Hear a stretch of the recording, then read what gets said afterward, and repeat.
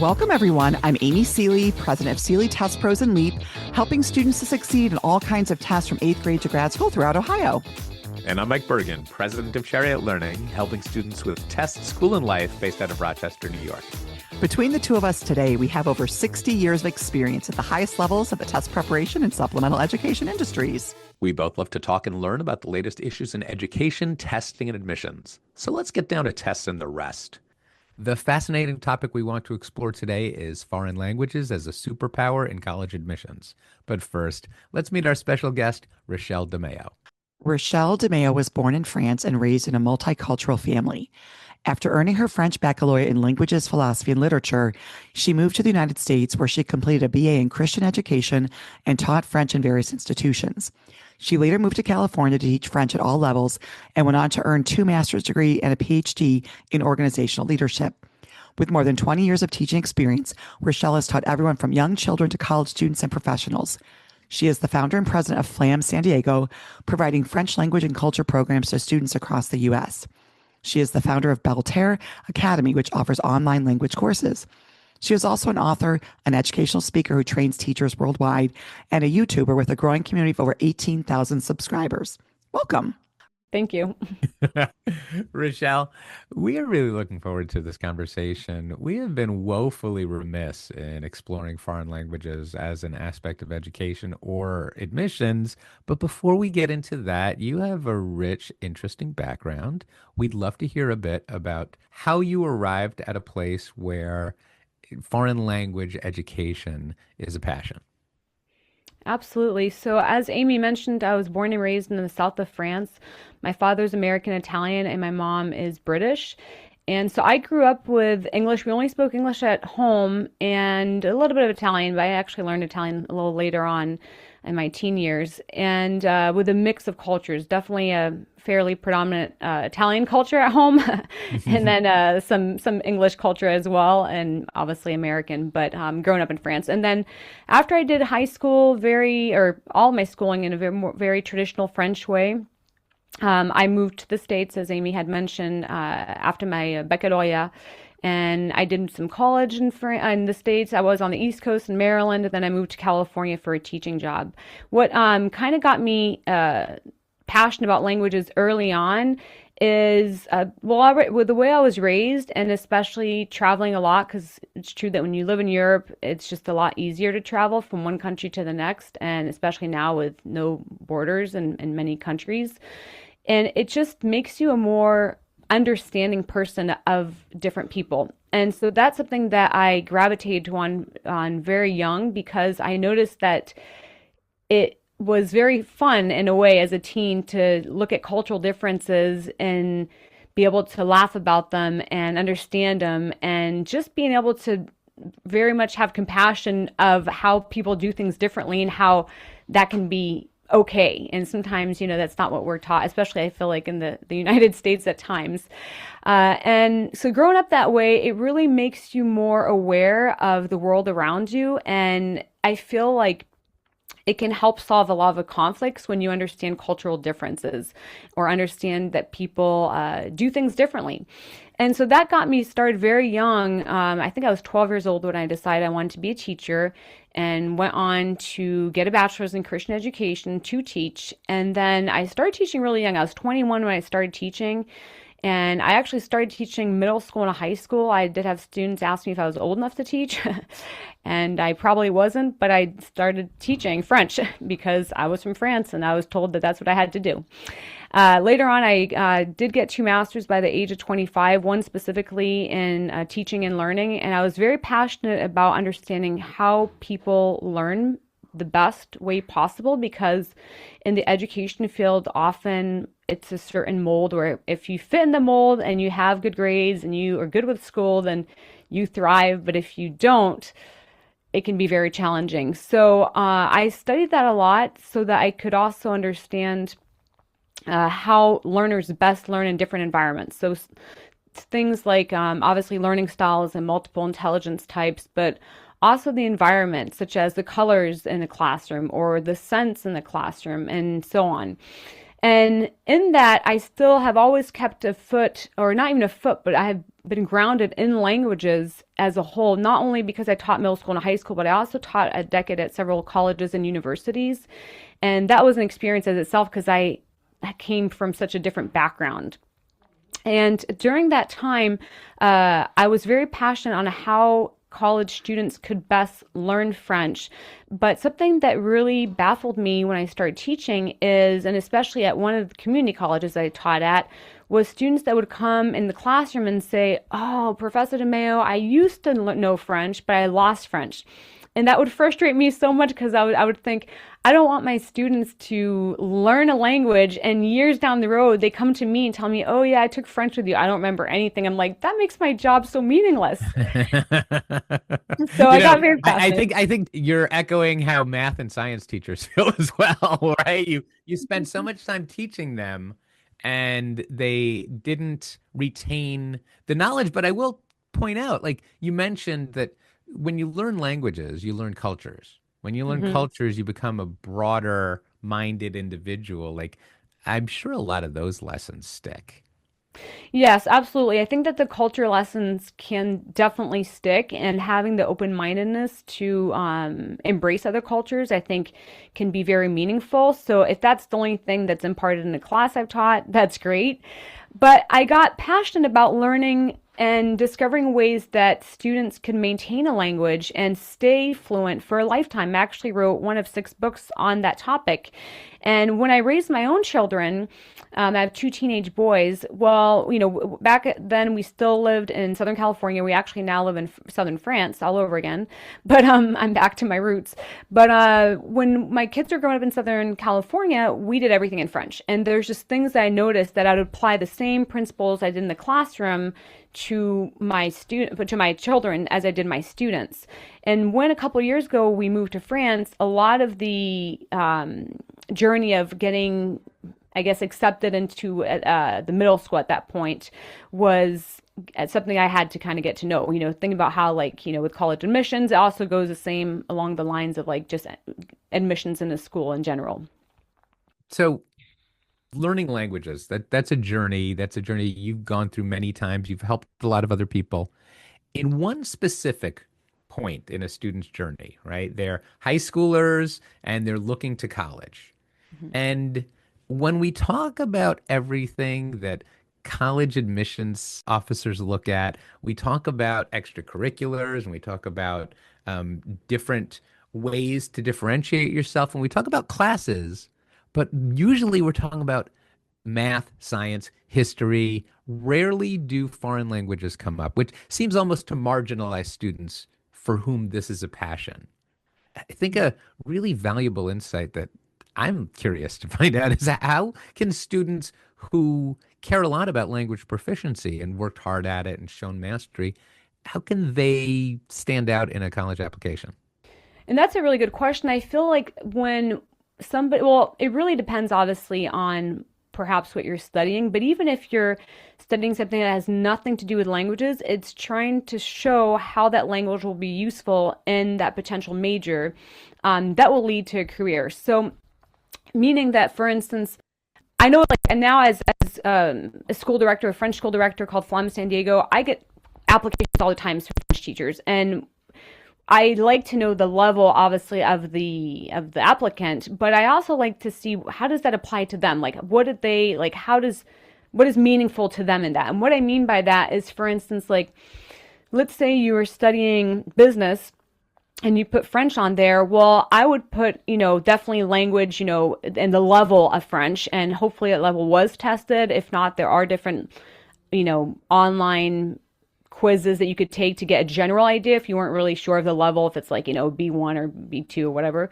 But I would put some fun facts, for instance, like I would put different facts about the French language relating to business.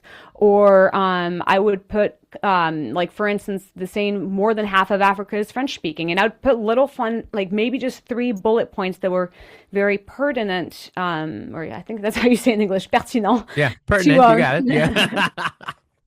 switching back and forth sometimes in my head gets confusing. I can only imagine how hard. I'm only good at one language.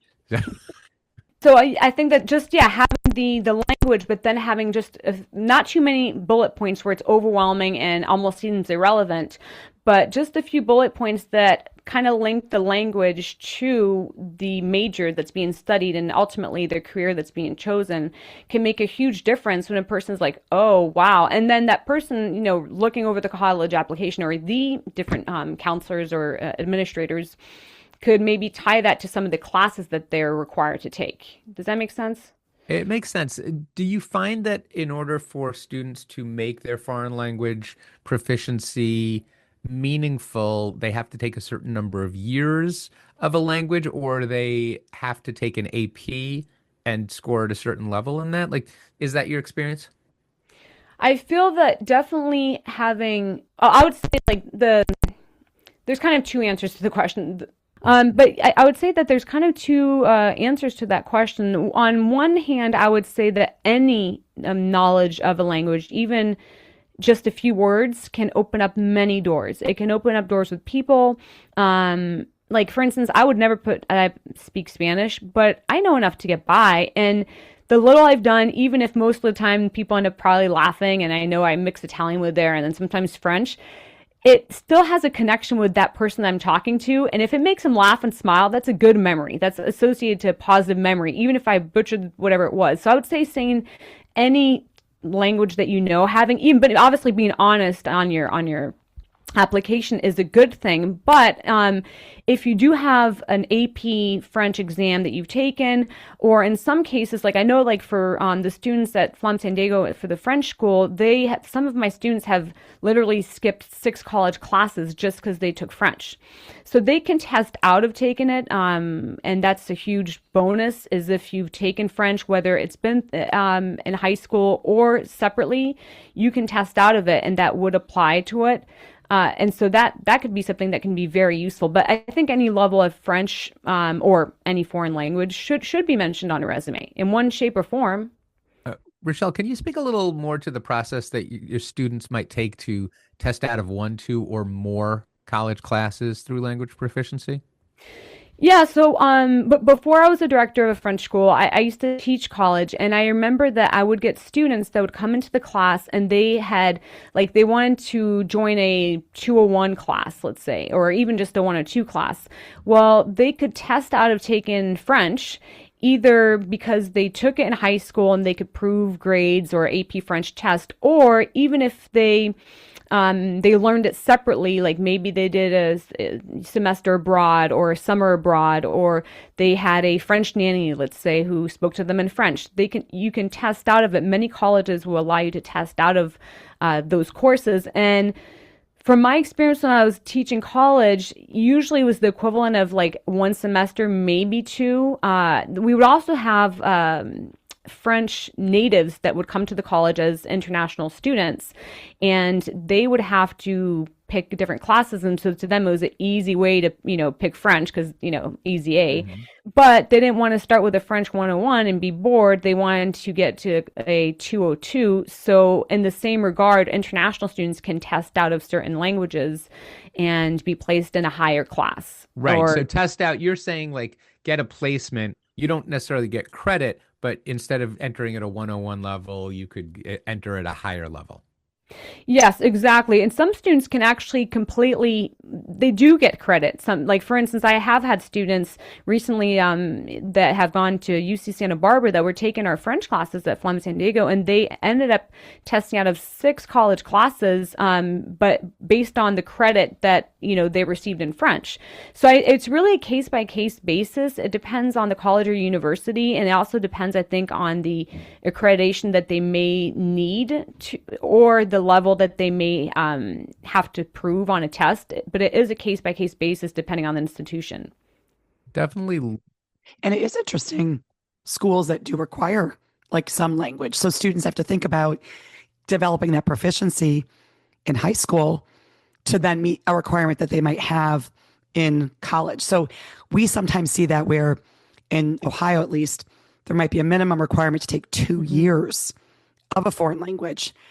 And then we see students who then only do that, but they're not as well set up, we find, for college, because there seems to be, I don't know if you notice this, Mike, I find students who have done 3 to 4 years of a language have far better academic skills and study skills. It's just a phenomenon I observe about That's a students in very general. interesting observation, Amy. I've seen nothing to refute that. The students that I know that have carried a language for 3 or more years generally do well in all their other classes too. Yeah. And I think that has to do with that's a sign, at least in the United States, where it's uncommon for students to do that. It's a sign of intellectual curiosity. And I think of my own daughter. And, I mean, she studied French because she was just very interested in it. Uh, Although that leads me to a different question, Rochelle, and that's you were already touching on this. How do you preserve the language when you stop speaking it? Right now, my daughter's trying to brush up on Spanish because she's going to be doing an international semester in Barcelona. But that French, I don't think she's done anything with French since she graduated high school.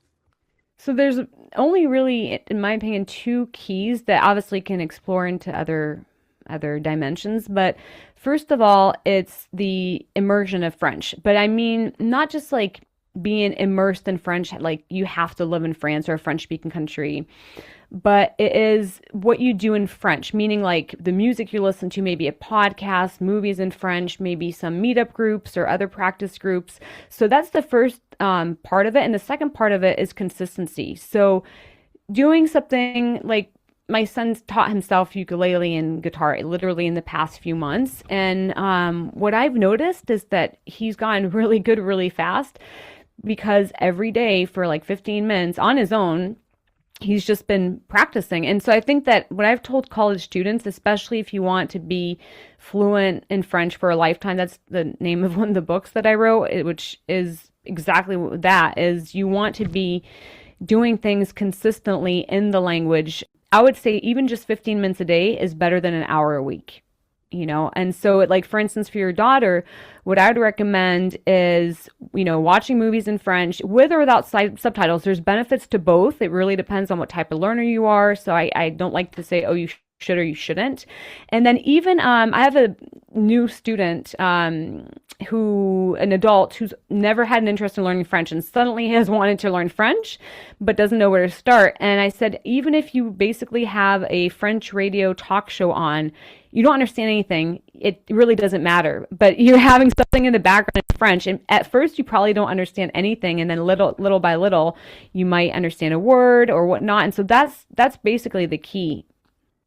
I would think today students are luckier than ever with obviously the internet, accessing like foreign language content or even like podcasts, right? Listening to podcasts in a foreign language would be interesting to be able to kind of maintain that, right? Absolutely. Yes, definitely.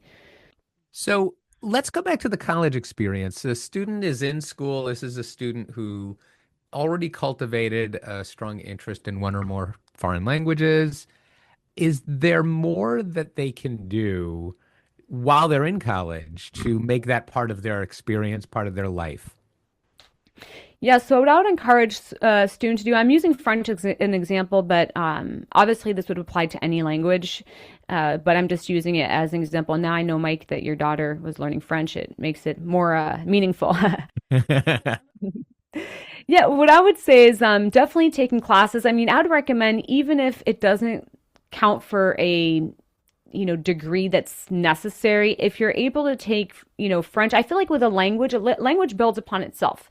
So the hardest is at the beginning, even if a lot of students don't think that, because they get to like a subjunctive tense or passé simple and they're like, oh my gosh, this is so complex. They're not always remembering where they came from, where they didn't know anything. You see what I mean? So language building upon itself as you learn it, and it gets easier because at first you don't know anything, just like listening to a French talk show. So what I would say is for college students to continue, if they're able to continue up all the way until they can max out all the French classes that they can take, preferably with a native speaker. And that's, on many levels for the accent, but the pronunciation, but also the intonation. There's a huge difference if I say restaurant versus restaurant. Or elephant, same word as in French, but different intonation, éléphant. So having a native speaker is going to make a huge difference, in my opinion. But as I say, some exposure is better than no exposure. So if the option's not out there, then there's like Rate My Professor and Rate My Teachers, different ways to check out the instructor. The second thing I would say is that find out where the international student department is. And I think it's called different things in different colleges, but in some of the places that I taught at, usually there was an international students like section, and I would encourage students to meet up and see, hey, where can I find these students? Basically, are the events just to find maybe other French speakers? I know at some of the colleges that I taught at, it's like you could find like students that were Belgian or that from Cameroon or that were from Canada, and they were studying at the same college that, well, I was teaching at. But I mean, think of it as a student, if they're studying at the same institution that another international student is studying at, and they can practice the language in French. It's amazing. Then the third thing I would say is to try to find events that the college may host that is international, because if depending if they get a counselor who doesn't want care to help them to find those international students throughout the campus, going to events where they have international students, often they'll do booths, so they'll have like a French booth or a whatever it is. And so, yeah, you'll find students that are learning the language, but you'll also find natives that are studying there. And then finally, the fourth thing, just within the college setting, is to find potential opportunities of tutoring. So, for instance, like again, like every college or university calls it different, whether it's like the world's language department or the international language department or the foreign language department or whatever you want to call it. But that department, as a student, especially as you gain proficiency, you could offer to tutor. And some of them will use that as college credit classes. Some won't. Some are like a paid internship per se. Some aren't. It really is a case by case basis, or institution by institution basis, should I say. And then another way is also to reach out to the professors and see, hey, would you need help in your class? Like, I would love to just kind of be an assistant, and even if I'm just passing out papers or whatever it is, just because it's more exposure, and technically they're not paying for the class, it's an internship. And that's another way for them to use and practice French or whatever language. I love all of that. It's obvious that you're passionate about multi-language proficiency and multicultural proficiency. Say someone's listening and they're like, well, I don't really have place for that in my life because I'm busy with so many other things. What would you want to say to them? That we're all busy. We're all busy and life's all about priorities. But no, realistically, I understand that. I understand. And sometimes I feel how daunting it can be to learn another language and to feel like, oh, first of all, I don't know where to start, and I just don't want something else to do. So I think it didn't have to be a big thing. Like I mentioned, even just watching foreign movies, like everybody has access now, like what you were saying, Amy, like we all have access now to so many more resources than I did as a growing up. I mean, it's just we have more access to so many different things. And so it doesn't have to be necessarily like, oh, I'm going to take a class. It's going to be twice a week and I'm going to go to this meetup and then do this. It could be very small. And the biggest thing for me is connecting with people. If it's just that, then it's so amazing. Like I remember the first time my husband and I, we've been married 19 years. First time we went to France about 19 years ago, shortly after we were married, one of my childhood guy friends came to him and gave him what we call la bise, which is like when you kiss a person on the cheek. It's the way that us and many countries in Europe greet each other. And in France, it's very varied because it goes from 2 to 4, depending on where you live. And so in the south of France, where we live, in Montpellier, where Vermont got the name of its capital, Montpellier, it's 3. And so this guy, literally, one of my childhood friends came up to him like, oh, it's so nice to meet you. And it's like, and my husband's like, what the heck? You did not warn me some guy's going to kiss my cheeks. And I'm like, oh, so I think that sometimes, yes, the triple B's, exactly. And then I feel like sometimes, and even recently, some of our really good friends in California came to visit us. And same thing, this big burly guy, was approached by one of our, to our American friend, the same thing. He got the bees experience and he was like, I was not ready for that. But I feel like when you watch movies, or even if you're not interested in language learning, if you're just like interested in how people do things differently, it just opens so many doors. I met a lady years ago and I wish I could find her, to be honest. Her entire job consisted of fixing cultural differences within companies. So she would be hired by international companies to explain like why when, for instance, like you get a business card, most of us would just take the business card. Thank you. No, I appreciate it. Put it in your pocket. And she explained, like in Japan, if you get a business card, you would want to look at it, the person, give a almost like a respect.